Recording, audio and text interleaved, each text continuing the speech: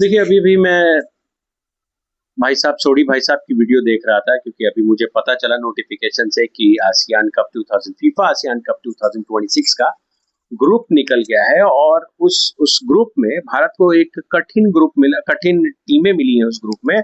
उस ग्रुप में इंडोनेशिया है, उस ग्रुप में सिंगापुर है, उस ग्रुप में मलेशिया है। तो ये सारी टीमें भारत को हरा चुकी है। सिंगापुर ने एएफसी क्वालिफायर्स में घर में आकर भारत को 2-1 से धोया, और भारत एएफसी में अगले साल के लिए क्वालिफाई नहीं कर सका। मलेशिया ने अपने घर में बुलाकर बेइज्जत भी किया, बेईमानी भी की और 4-2 से हराया। और इंडोनेशिया ऐसी टीम है जो वर्ल्ड कप क्वालिफायर्स के 4th राउंड तक पहुंची थी और इराक से हारकर 1-0 से हारकर बाहर हुई थी, वर्ल्ड कप क्वालिफाई करते करते रह गई थी। तो अब भारत की स्ट्रैटेजी इन टीमों के अगेंस्ट क्या होनी चाहिए, इसी पर चर्चा करेंगे, तो बने रहिए मेरे साथ। देखिए, ये व्यंग्यात्मक हो सकता है, क्योंकि अभी जो कोच हमारे हैं खालिद जमील साहब, उनका जो प्लेइंग स्टाइल है वो 2010 का है। और उनकी रणनीति ये कहती है कि भाई हम अटैक क्यों करें, जब सामने वाली टीम को भी तो थोड़ा खेलने का मौका मिलना चाहिए। हम प्रेस नहीं करते, क्योंकि शायद हमारे कोच सोचते हैं कि विपक्षी टीम के खिलाड़ी कहीं हम प्रेस कर दें तो घबरा ना जाए। हम गेंद अपने पास पोजीशन बेस्ड फुटबॉल नहीं खेलते, गेंद अपने पास रखना नहीं चाहते, क्योंकि विपक्षी टीम के हम फिटनेस को बढ़ाने में योगदान देते हैं। ऐसा लगता है खालिद जमील की ये स्ट्रैट पिछले 1 साल से उनको देख के। हम गोल बॉल नहीं बनाते, क्योंकि हम गोल खाने के बाद एक्टिव होते हैं। बाकी दुनिया कहती है विन द बॉल, हम कहते हैं लूज द बॉल। बाकी दुनिया कहती है हाई प्रेस, और हम हाई स्ट्रेस खेलते हैं। बाकी दुनिया 10, 15, 20, 25 पास में गोल बॉल बनाते हुए पासेस से, छोटे छोटे पासेस से गोल कर देती है। और हम 60 मीटर उससे ज्यादा लंबा लॉन्ग बॉल मारते हैं, और फिर हवा, किस्मत, भगवान तीनों मिलकर कहते हैं कि भैया स्ट्राइकर के पास बॉल पहुंचा दो, गोल ना हो जाए। तो सबसे बड़ा सवाल है कि अगर हम अपने पास गेंद को रखेंगे नहीं तो गोल बॉल बनाएंगे कैसे, गोल करेंगे कैसे? और अगर प्रेस नहीं करेंगे तो बॉल वापस कैसे लेंगे? और अगर पासिंग ही नहीं करेंगे तो गेम बनेगा कैसे? और फीफा आसियान 2026 में भारत के पास समझ लीजिए बदला लेने का तो मौका है ही, साथ साथ खुद को साबित करने का भी मौका है फीफा रैंकिंग के अनुसार कि भाई कुछ हमारी, हम एक समय हम 96 पर थे और आज हम 138 पे हैं। तो अभी भी हमारे पास साबित करने का मौका है कि हम इस फीफा आसियान 2026 में अच्छा प्रदर्शन करें, और प्रदर्शन के साथ साथ अपनी रैंकिंग भी सुधारे, और अगले फीफा या एएफसी क्वालिफायर्स के लिए सीधे राउंड 2 खेले। देखिए, हमारी सबसे बड़ी समस्या जो है ना, वो हमारी सोच है, हमारे हमारे कोच की सोच है, क्योंकि वो अभी भी 2010 के फुटबॉल में अटके हुए हैं। क्योंकि आप अभी आपने विश्व कप देखा, आप चाहे यूरो कप देख लो, चाहे कोपा अमेरिका देख लो, लगभग हर सफल टीम की पहचान क्या है? हर सफल टीम की पहचान है position based football, positional play, quick passing, one touch football, high press, team chemistry जो कि हमारे में है ही नहीं। लेकिन भारत अभी भी, हमारी स्ट्रेटेजी क्या होती है? और हम फीफा आसियान कप में उतरने जा रहे हैं जब जो सारी टीमें हमें हरा चुकी है, और हमारी आज भी स्ट्रेटेजी क्या है? Long ball, set pieces, counter attack, defensive mindset. Goal बचाते ही रह जाते हैं। लॉन्ग बॉल का तो सबसे बड़ा नुकसान यही है कि बॉल हमारे पास रहती नहीं है। लॉटरी वाली सिस्टम होती है कि भैया सही जगह पहुंच गई तो गोल हो जाएगा, नहीं पहुंची तो फिर डिफेंस करते रहो। 70 मिनट तक तो हम डिफेंस ही करते रहते। ये खाली जमीन को लगता है मुझे फीफा में नया नया फॉर्मेशन का आविष्कार करना चाहिए, 6-3-1।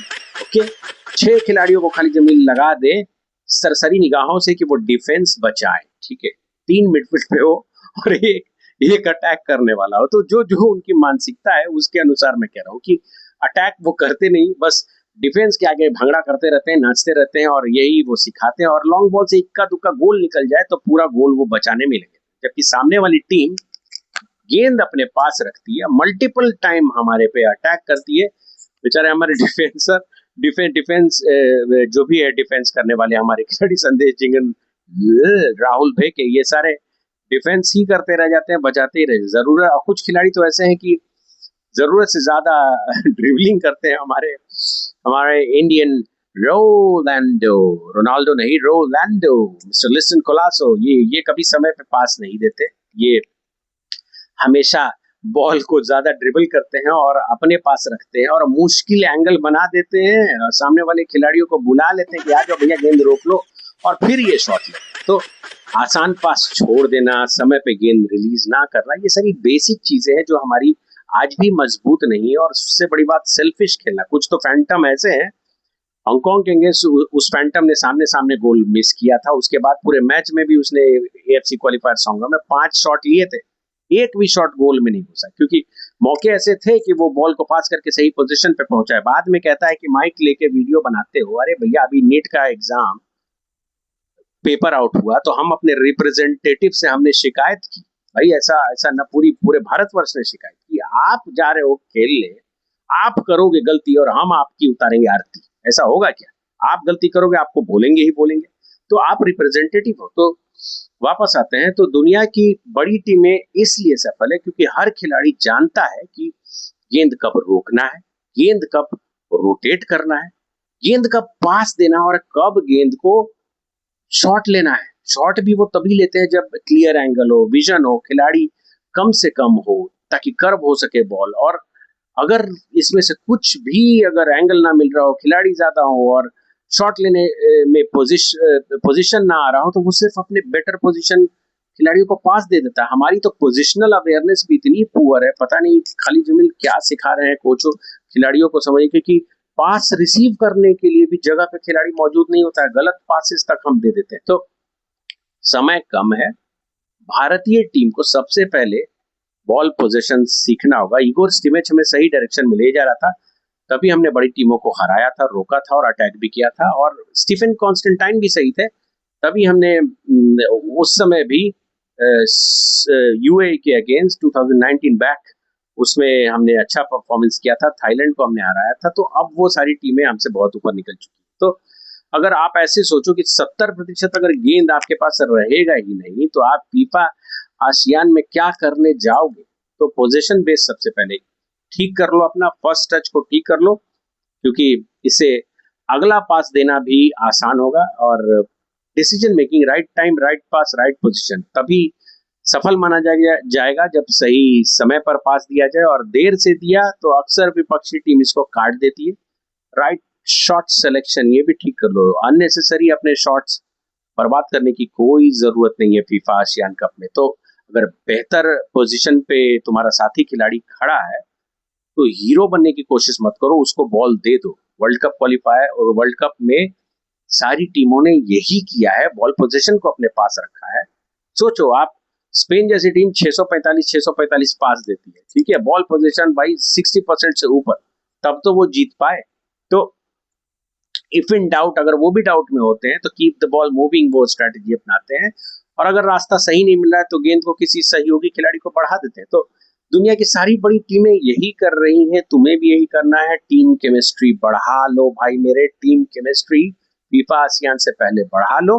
लंबा ट्रेनिंग कैंप अगर आईएफएफ से रिक्वेस्ट करो, अगर वो दिला दे तो बढ़िया है। और प्रैक्टिस करो, प्रैक्टिस। देखो, मैं फुटबॉल कोच नहीं हूँ, मैं फुटबॉल मैंने स्कूल लेवल पे, कॉलेज लेवल पे खेला है, लेकिन तुम्हारी कमियों को तो मैं 1-1.5 पिछले 5 साल से देख रहा हूँ अलग अलग कोचों के साथ। तुम कोच ही बदलते रह जाते हो, परफॉर्मेंस तुम्हारा डिग्रेड होता चला जाता है। तो one touch football, triangle passing, press resistance, communication, positional awareness, when to hit the ball, when to pass the ball, ये सारी चीजें तुम्हें फीफा आसियान की international high level standard football को कर रहा है। आप मलेशिया को कम मत समझना, यद्यपि तुम खेल चुके हो मलेशिया के साथ, 4-0 से हार गए, और इंडिया में फारूक चौधरी के एक लकी गोल से तुमने 1-1 से ड्रॉ कर लिया, लेकिन जीतने की स्थिति में तुम थे नहीं। वो तो लकी थे कि तुमने इंडिया में ड्रॉ कर लिया उनको।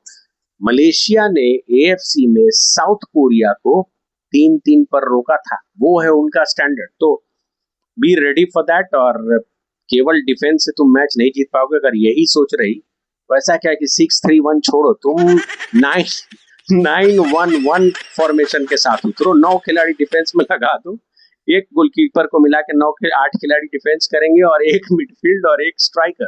तो मैच के दौरान देखो फॉर्मेशन बदलना भी जरूरी है, और कब तुम्हें 4-4-2 को कन्वर्ट करके 4-2-3-1 या 4-3-2-1 या 4-3-3 करना है, ये कोच बेहतर तरीके से बताएंगे और स्थिति के अनुसार। वैसे तो एशले वेस्टवुड ने कहा कि खालिद जमील को कोचिंग आती ही नहीं, तो एनीवेज वो एशले वेस्टवुड का ओपिनियन है। हमारे कोच ने भी प्रूफ नहीं किया है अभी तक।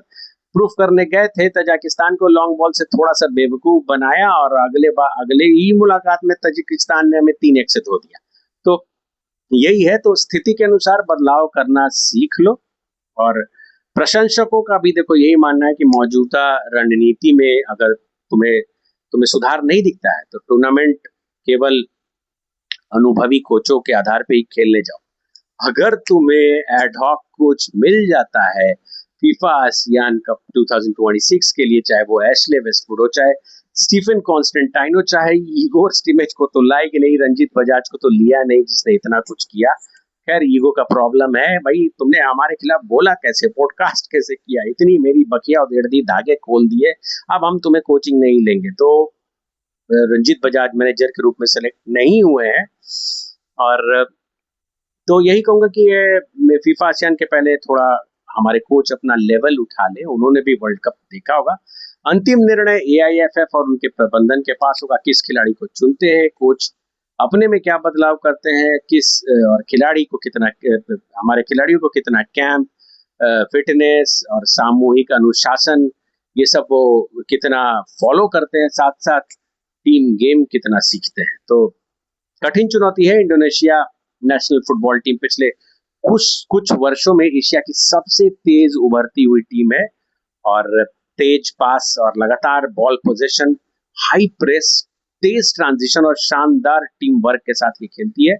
और भारत अगर उनके खिलाफ लॉन्ग बॉल खेलता रहा तो इंडोनेशिया भी मलेशिया और सिंगापुर की तरह हमें धो देगी अपने घर में। तो अहम मंत्र क्या कहेंगे भाई भारतीय टीम के लिए फीफा आसियान कप में? अहम मंत्र यही होगा, गेंद अपने पास रखने की आदत डाल दो, सही समय पे पासेस दो, सही समय पे शॉट लो, बेवजह शॉट बर्बाद ना करो, टीम वर्क को प्रायोरिटी दो, मैदान पर आपस में कम्युनिकेट करो, फिटनेस का लेवल बढ़ाओ, क्योंकि 60-65 मिनट पर तो हमें सब्स्टिट्यूट करना पड़ता है, और अलग अलग फॉर्मेशन का अभ्यास करो, और कैंप लंबा खोजने की कोशिश करो, क्योंकि आधुनिक फुटबॉल पूरी तरह से फर्स्ट टच, पोजेशन बेस्ड और टीम वर्क पे निर्भर करता है। चुनौती कठिन है, लेकिन मलेशिया, सिंगापुर और इंडोनेशिया जैसी टीमें ऐसी टीम नहीं है कि हम उन्हें हरा नहीं सके। बस थोड़ी सी नियत, थोड़ा सा टीम गेम और थोड़ा सा इंटरनेशनल लेवल का फुटबॉल करना होगा। क्योंकि अभी लास्ट में मैच में हमने सिंगापुर को भी पहले हमने लीड लिया, फिर हम लीड गंवा बैठे। मलेशिया के साथ भी हमने 1-1 का ड्रॉ खेला था, लेकिन अब हमें उन सारे परिणामों को भूलकर जवाब केवल मैदान पर देना होगा, क्योंकि ये दोनों टीमें, 4 टीमों में से 2 टीमों ने हमें गहरे घाव दिए। बदला लेने का भी बढ़िया मौका है, खुद को साबित करने का भी बढ़िया मौका है। अपने में सुधार करो, right time right pass, right time right shot, team game, position based football, और फिर शायद ये फीफा आसियान 2026 हमारे लिए प्रोलिफिक हो। वीडियो देखने के लिए धन्यवाद। जय हिंद, जय भारत।